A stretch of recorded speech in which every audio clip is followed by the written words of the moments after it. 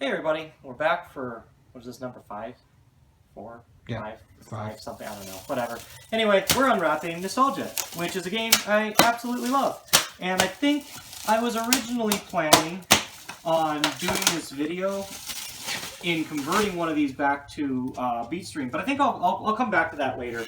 I originally had, I think, 4 Nostalgias lined up that were unclaimed, and now I have none. So I'm keeping this one Nostalgia, I'm keeping it in the Game Center, and I wanted to do a look over the game since, you know, honestly my memory's terrible. Maybe I've already done this too, but I wanted to do this one because I'm setting stuff up anyway. You haven't done a video for this cabinet. I haven't. No, well, not for this cabinet, but have I done one for Nostalgia, do you know? I don't know, but not for this cabinet. Yeah, well, that's for sure. But regardless, you know, I'll just do another. Who knows? It's I keep telling myself this all the time when I do videos, that how can I be doing 2 a week and I've constantly got more backing up, and eventually I'm going to run out. But I've been doing this, I think I took a couple week break of just doing 1 a week for a while, but I've been doing 2 a week consistently for almost a year now. It's kind of cool. I like it. So anyway, this is Nostalgia, which unfortunately the other game that I really love, being Beatstream, got converted into this. But I really enjoy both games. This one, I grew up playing the piano, and piano is kind of where my background interest in music came from. So having, you know, a piano-based game like this is really nice. Now, KeyboardMania was also, you know, like a keyboard or piano-based, but it was just really difficult, really unapproachable, and, you know, it just in general, it wasn't as well of a designed game. So I'm really happy that they came back and kind of gave the genre another try with a different taste. So this one comes with Nostalgia Opus 2 art, which I much prefer over the current. So this is what I will be putting on the cab. I'm going to set this aside. There is this box here, should be Opus 3 art, and I'm not even going to open it. Like, it's kind of a pain in the ass to take apart, put together, all that stuff. So I'm just going to leave the art as Opus 2. I think it looks a lot better. So the keys here, they're just, I believe they're just optical, but they're just like these little rectangular tiles that, you know, it's much more flexible than like KeyboardMania, where each key corresponded with a note. So when we get into the gameplay, I'll kind of, you know, show about that. But like, and I can feel some of these are, that one's actually sticking. So I might take this whole thing apart and do a good clean as well. But as far as I have seen, I've never heard of them like these going bad. Usually they're pretty good, unless it's in like a heavy traffic arcade and they get banged up a lot. You know, I have heard that, you know, if that's the case, they do get worn out. So here we go. Let's see where the keys are, because I didn't notice any on the wrap. Did you? Because there was a cross tape here. You took a bunch of tape off. Yeah, well, I took a bunch off. Maybe it's enough. I chucked it. Well, I looked at it and I didn't see it. So I have my everything key, and I think that does have a standard lock, so I should be able to open it. But I didn't see any here. There. Yeah, because like right here, you see there was that cross-shaped tape. Usually it's tucked under there, but it's not there. So, oh, you know, I think I might have opened this already, and the keys probably, the bucket keys tucked in the bottom. At least I hope it is. So this should be, I want to say it's an N5003 is the standard for it. Or I might have, you know what? No, I already changed these locks. I changed these locks when we were at the warehouse, so at least I'm pretty sure I did. Yeah, I changed these locks when we were at the warehouse, and yep, it's hanging there. So I already did it all. Let's see here. So the coin bucket, we've got some brackets here for mounting the art.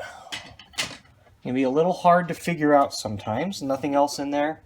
Put that back. Oh, before we tuck it in, let me rotate this and look at the coin counter is at 4834, which doesn't that sound almost exactly like what the Museka was? It was 40. It sounded like it was. I think it was 48 something. Anyway, that's very low for this cab. I didn't pick it based on a low play count. It just kind of got fortunate on that. But that's pretty cool. I like a low play count.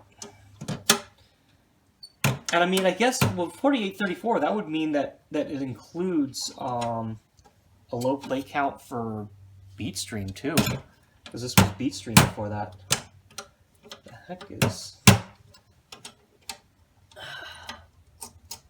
this lock? Is a little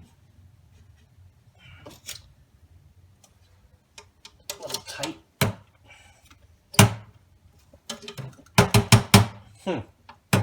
I literally just opened this. I mean, Yeah. I wonder why that would be. Oh, okay. I remember. Actually, I think I've dealt with this before. So these things, I need to tighten them.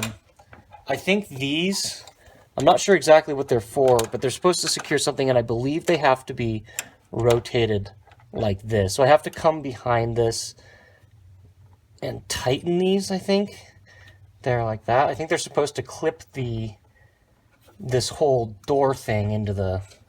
And so it's just, yeah, it's just hitting that every time. Okay.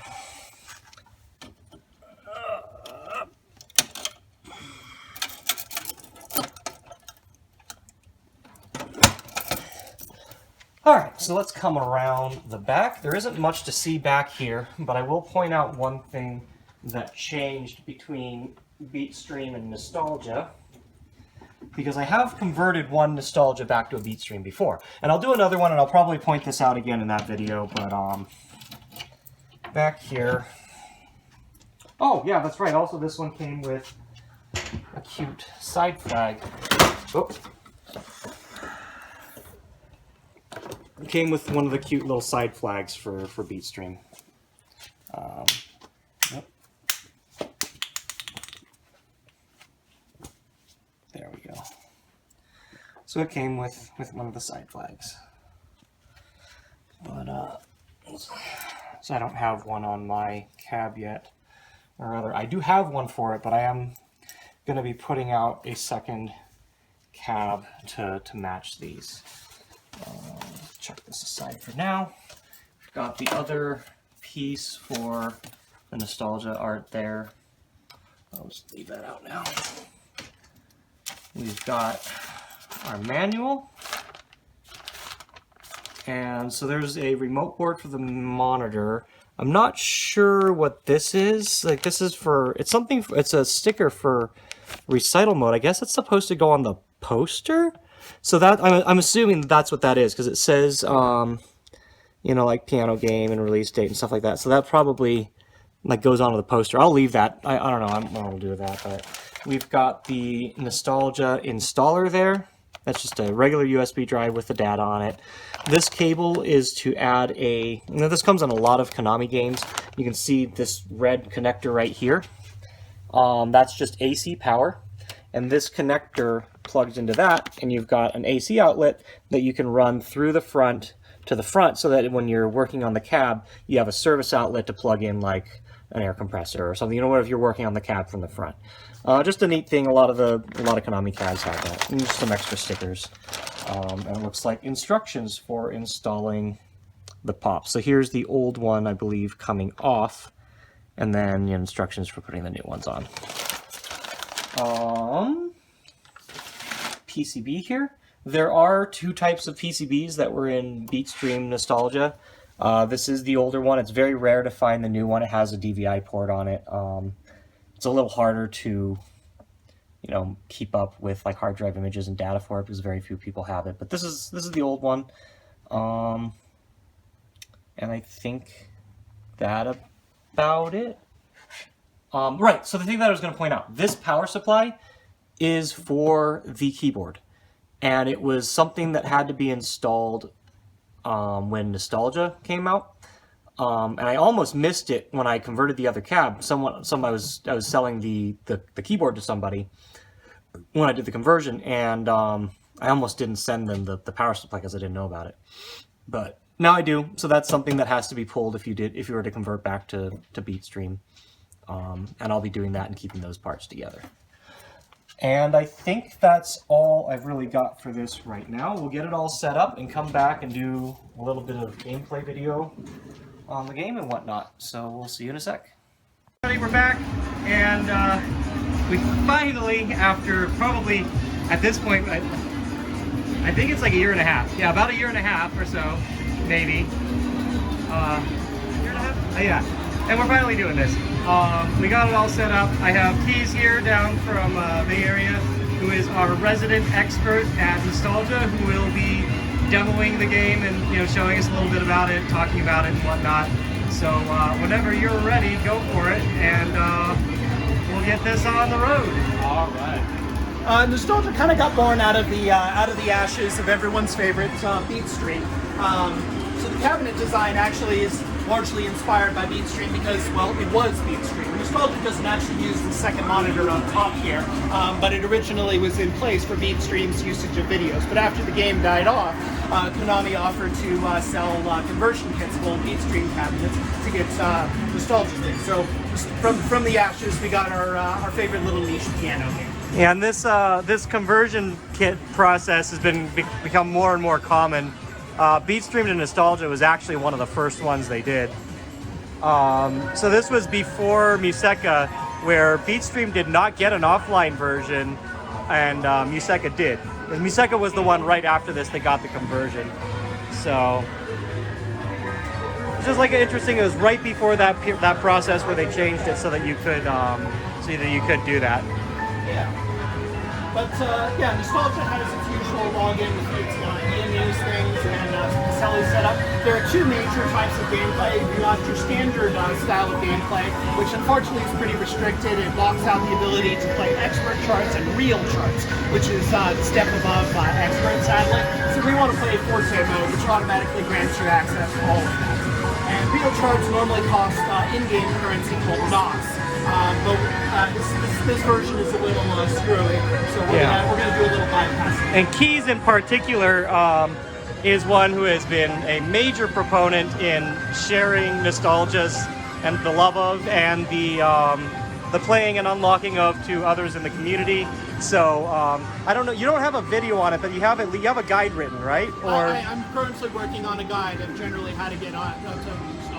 Yeah, so I think by the time we have this video up, I'll probably be able to link that guide, or at least you'll mention it if you ask about it. I can point you to it. Especially like if you're really interested in playing the game and really getting into it, there's a lot to learn. So yeah, again, there's a reason why I waited this long to finish this video, because you want to have the right person for the job. I do appreciate it. Up here is the little story menu where you can select different parts of the Nostalgia story. In this case, this is from Opus 2, the second game. And then for there, that'll play neat little cutscenes depicting a nice little story told entirely through some picture and animation. There's no text. It's basically a visual novel, just minus the novel. Yeah, and it follows very much the theme of Nostalgia. I think probably earlier in the video I mentioned just how it's more of a niche rhythm game. It's very chill. It has a very specific feel to it that doesn't really feel like an arcade game as much to me, but like if that's the kind of thing you're looking for, it does it really well. The story for the game and just the unlock system feels very much like that. So it's a very soothing, relaxing kind of game. We have our basic mode and our exam. Exam acts the same as Dan courses in other games. Whenever you hit a certain point of grade level, you take your exams to move up your general things.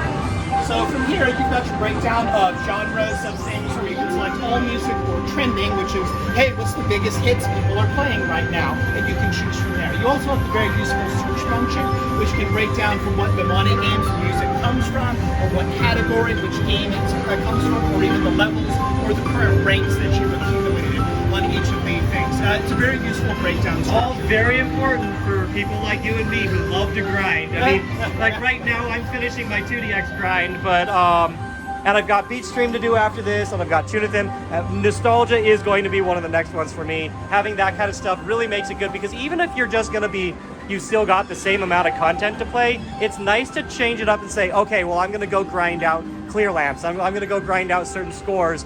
I'm going to grind out my Nostalgia Opus 2 folder, you know. So like, even though you're playing the same thing, changing that up is really good. But yeah, so the sort features on this are pretty decent. Yeah, it's a very helpful thing. I'm going to start something a little more straightforward in this case. This is going to be a real one chart. The real stuff doesn't necessarily correspond the same way. You'll see this is a 1, but it's done on a separate scale. So a 1 translates either to roughly a 10 or an 11. So in this case, you could allude it to the star system for BMS if you're a BMS player, where like a 1 star I think is, I don't remember if it's like a 1 star is around 11 or 12 where it starts, and it's just its own scale of difficulty. So here we've got the customization screen, which again, it's pretty cute having the, you know, being able to like play test on Twinkle Twinkle Little Star here. But also, like, one thing that I've always loved about Nostalgia is it gives you tons of both visual, timing, you know, adjustments that you can do here. So if you want to go over some of them. Yeah, we've got our headphones. You've got your standard high settings thing. What's neat is that Nostalgia also allows you to adjust your high speed in the middle of the thing the way that you can in, say, GDX. You can change it to it's only left or only right hand.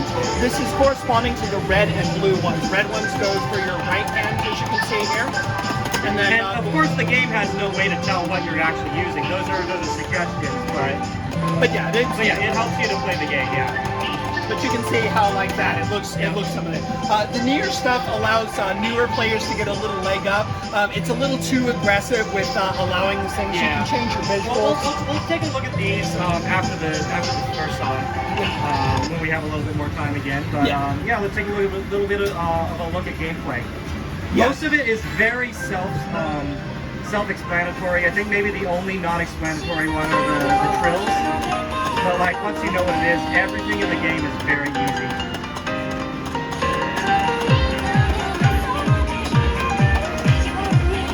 If you miss it, no, you're a dead motherfucker.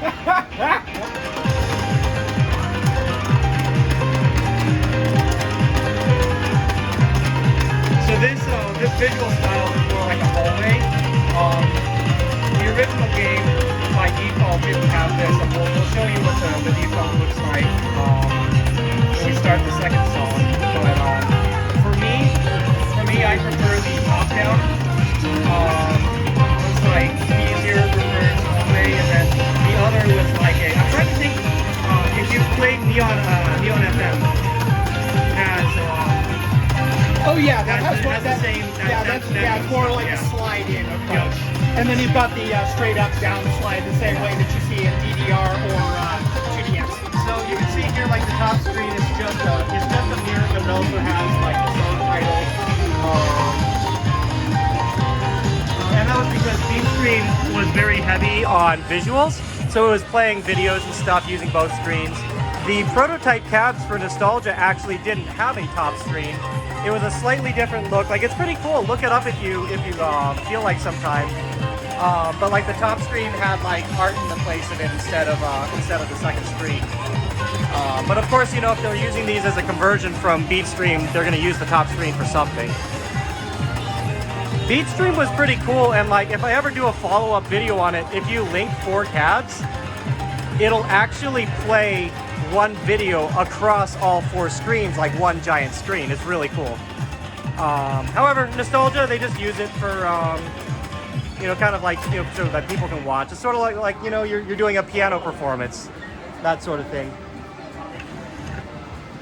After a song, you get your grade scale. Nostalgia is really unusual because rather than your pass-fail setup that you've got, you instead, it's entirely based on the score in this case. The moment you hit 700,000 points, congratulations, you're passed, it's done. Well done. You can take your hands off the keyboard anytime after that if you want. Yep. But then the grade scale goes anywhere all the way up to S, and that's pianist for a perfect score. And then you've got your little unlock thing here where you get started. So there's 2 ways. There's 2 on this, right? There's the stars, and then there's the mission bingo. Yeah, the mission bingo. Yeah. Unfortunately, Which that is that's a complicated one. I don't think it's active right now, right? Yeah, it's not active on this one. But No, the mission bingo can be pretty hard to read if you only know Japanese. But people in the community have actually done a fully translated list of all the mission bingos to make it easy to to actually do them. And of course, since we are playing a piano game, it feels morally obligatory to actually play. Oh yeah, there's a lot of classical, and there's a lot of like the licenses or stuff that they bring in are actually piano versions of it. Like, so like there's a piano version of Butterfly from DDR, a piano version of what's it? Not Smooch. What's the? Yeah, there's. Was the Smooch piano version? Yes. Yeah. The Imani Symphony. Yeah. So there's a bunch of them that they took like well-known songs. They can get the license for them. They already have it for other games, but they did a piano version anyway. And that's just one of those things that aesthetically the game is really cool. It's one of the most beautiful games. It's great for just chilling. Yeah. So let's go ahead, turn settings back on again, and look at the rest of. I just wanted to catch that just in case you forget. No worries. No worries. Yeah, so if we come up to visual, like I just want to point out, that's what I use. I am so used to playing classic rhythm games that I have to do it this way. And then I also, like personally, I move the bar all the way down and a few other things to get it just right. What else? So we've got, yeah, you can change the key beam. So yeah, so that's how high it goes, and then you've got your height for showing where the actual stuff appears. Yep. So you can have it here at the top, for example. simple background. You can change the vertical. Real quick, yeah. Oh yeah. So just to black that out, just in case. And then notes. So this has both the width and the vertical width. So you can make it fat or narrow. Those are actually pretty useful for a lot of people. Yeah, and then this is the this is the default. the default, yeah. And what was it? Was it Opus 2 or Opus 3 that they actually added the ability to change that? It was big for me. I believe it was Opus 2 originally when they changed Okay. it. Yeah, no, because I played the original Nostalgia, and that was just one of those things that I wanted to like the game, but I could not get used to the way the notes scrolled. But after changing it to like the top down, it completely changed the game for me. Also, just for reference, you can mash. So if you just hit all the keys, but you happen to hit the right keys, you're fine. Now, recital mode, not so much. In recital mode, it will actually keep track of how centered you are on it, how much you're like hitting outside, as well as I believe recital and forte mode they have pianissimo and it detects how hard and light you press. Yeah. So yeah. Your fortissimo and your those are your heavier and lighter sections where it detects exactly how hard you're hitting the notes in the same way that if you were playing the piano piece for real. Yep. Recital mode is brutally difficult and arguably the single hardest thing across all of Imani. And it has its own separate exam courses, which are, of course, terrifyingly hard. But the game is set up to be very straightforward to learn, to understand, but extremely difficult to master. Yep. Passing songs is relatively trivial, but S-ranking and later full comboing or getting perfect scores is overwhelmingly more difficult. So if you're used to rhythm games or you've played a lot of rhythm games, Nostalgia is actually incredibly easy to pick up. I have definitely found that myself, you know. But yeah, no, to play it well is hard, and that's why I wanted Keys to do this instead of just doing it myself. But I mean, as you can see, like you definitely do not need a lot of accuracy when playing as long as you're on time. And like harder songs are going to promote you doing scales correctly and whatnot, but yeah. And again, it's not as hard as KeyboardMania for sure, like which was just painfully accurate. But the game itself is much better designed, and like you said, it's more approachable, it's more fun, and you can see why a game like this would work out and be, you know, have success where KeyboardMania didn't really last too long. Yeah, the keys falling down correspond to that many keys on the keyboard. So these ones are fairly narrow, but on normal and hard, the keys widen significantly. So you can pick as many as 7 keys, and they will all count. Yeah, if you pick like the easy difficulties, there's a lot more range on the notes where you can actually hit. So the game is extremely forgiving at its earlier levels, and later on you can usually bang on the keys hard enough and you'll probably scrape or pass. But generally the game is about mastery, which is where its grade system comes from. Where if you pick a really hard song and barely scrape it by, you'll get the points for the pass, but your grade will be very low. Yep. This grade scales with how high your score is and how few misses you have. The higher your miscounts, the more headed, the more your grade plummets. And grade is what you need to actually get into the exams. You get exams at certain grade levels. Yep. Unlike in other games where you might just say, well, I just want to jump into 7th game right now. Yeah. Yeah. This is going to be a treat for myself. This is playing one of my favorites. This is Your Flash Confession. This is a fantastic vocal cover. You might remember this from, say, a bajillion different games. For me, it was Sound Voltex, but this also turns up the various Sega ones. If we can even hear it. I just hope we can hear both of our voices. We recorded a video earlier in here on the Ambo, and I checked it, like, the footage came out, but, like, hopefully you guys can hear us. We're doing this in the middle of a meet. Everything's on. We're all having a good time, so... This one's a real 2. This is rated in system as a 12.5. I just say 13 for short. Real 3s go 14, 15. They're the top end. Real 3s are terrifying, and I don't want to break my fingers on camera. So we're going to do something a little more reasonable in this case. Though this is still pretty challenging. So you can actually, you notice right away already the buttons, you get a lot smaller.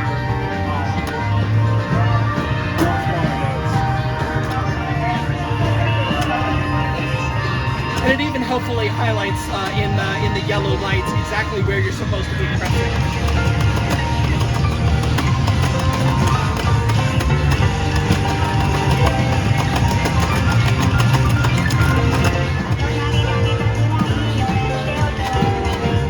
Yeah, like I mentioned, you can mash scales. Like sometimes I'll do scales like this and just like work my way up, but. Recital mode is where you're actually going to want to like use your fingers and stuff like that. And like, see, I think I mentioned it earlier in the video, or if I didn't, I used to play piano, but it's been so long that not very much of that is translated over. I just have the familiarity, but not so much the muscle memory anymore. I need to build that back up. And really, to score well in the later ones, you have to get some piano posture. It's never going to be the same thing as real piano.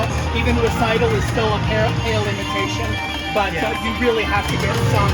Like a lot of people, especially like when the game first came out, they wanted to compare it to KeyboardMania, compare it to piano, and it's like, yes, it's a piano-based game, but it is not piano. It is not trying to beat piano, and it is not a bad game because it isn't accurate.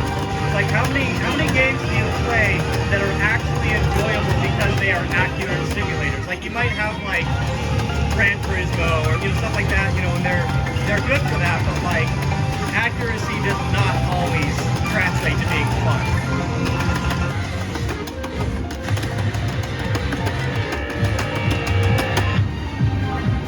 Yeah, look at that. Still getting a 950 on that. It's a pretty tough even one. having to talk at the same time, It's I've had a little bit of practice on this. This game is pretty grindy in the proper arcade. Over on my trip, I went to go see how many credits it would take to unlock, and the answer is in fact exactly 777 credits to start fresh to unlock everything in the game. This game is tremendous, and it's unfortunately pretty grindy. For reference, that's like $500. So it's a little bit of money. Yeah, and that's if you like don't waste any time on it either, Yeah, because the Stardust system precludes that you're playing well. The missions want you to generally be accomplished. Like sometimes they want full combos, sometimes they want you to get S ranks or even perfect scores. And if you're not doing that, then mission grinding is a lot slower. Yep. Every time you miss something, add a credit or something, And it really does stack. But the game is hugely enjoyable. It's beautiful to play and to look at. It's nice and soothing. I know the stuff that I'm demonstrating is fiendishly hard, but the game leads you in very gently. And a lot of the more relaxing things can be found in the pop music or the anime. A lot of the licensed music is very soothing to play by comparison. They have generally easier charts. Well, and one of the great things about it is this is one of the most affordable games that you can pick up right now. Even if it's not on a clearance or something like that, it's very accessible and very, very affordable.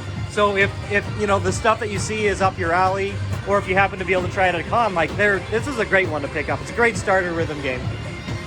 But yeah, you have anything else to say before we wrap up? I hope this gets some interest out there. Nostalgia, I think, is fantastic. It's generally underappreciated out in Japan, and a lot of people don't have any idea that it exists, or they haven't, you know, they've heard the name. But I think, yeah, it's a fantastic beginner rhythm game. If you have even a tenuous interest in piano, it's fantastic for that. But it also has some great licenses and some really fantastic music in there. It's got one of the best song lists overall. Some people talk about Reflect Me as being one of the best song lists ever put into a game, and I think this is very much in the same thing. Surprisingly small list overall. They're currently at about 500 songs, but those 500 are jam-packed full of incredible crossovers and other just great originals. You've got a lot of fantastic content. I feel like right now there are basically every arcade still has one because they're integrated into a lot of the cross-play events in Japan. But I feel like that's the only reason a lot of these places have them anymore. And it's a real shame. I like the game, but you know, I've even mentioned it before. I feel like it's not a game that you expect in an arcade. It doesn't really mesh with all the other rhythm games, but it's good in its own way. So I'm glad it exists. It's one of my favorites. So. And I'm certainly tremendously grateful we're up to an Opus 3 at this point. The game has been, it's about 6 years now. Yeah, and an Opus 3 has just had a bunch of great content. I mean, look, there's this freaking like Presto from old 2DX and, you know, things like that.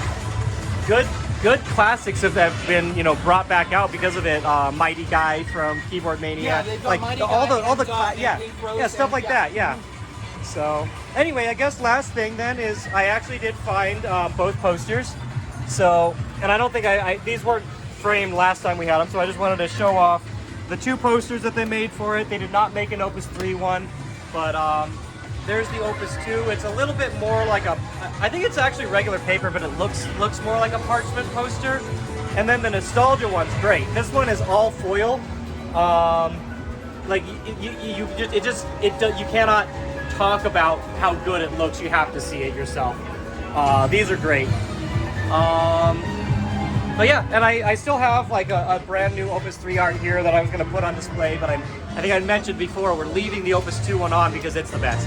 It just is better, you know? It does look very good. I'm just a sucker for very like fantasy, rustic look.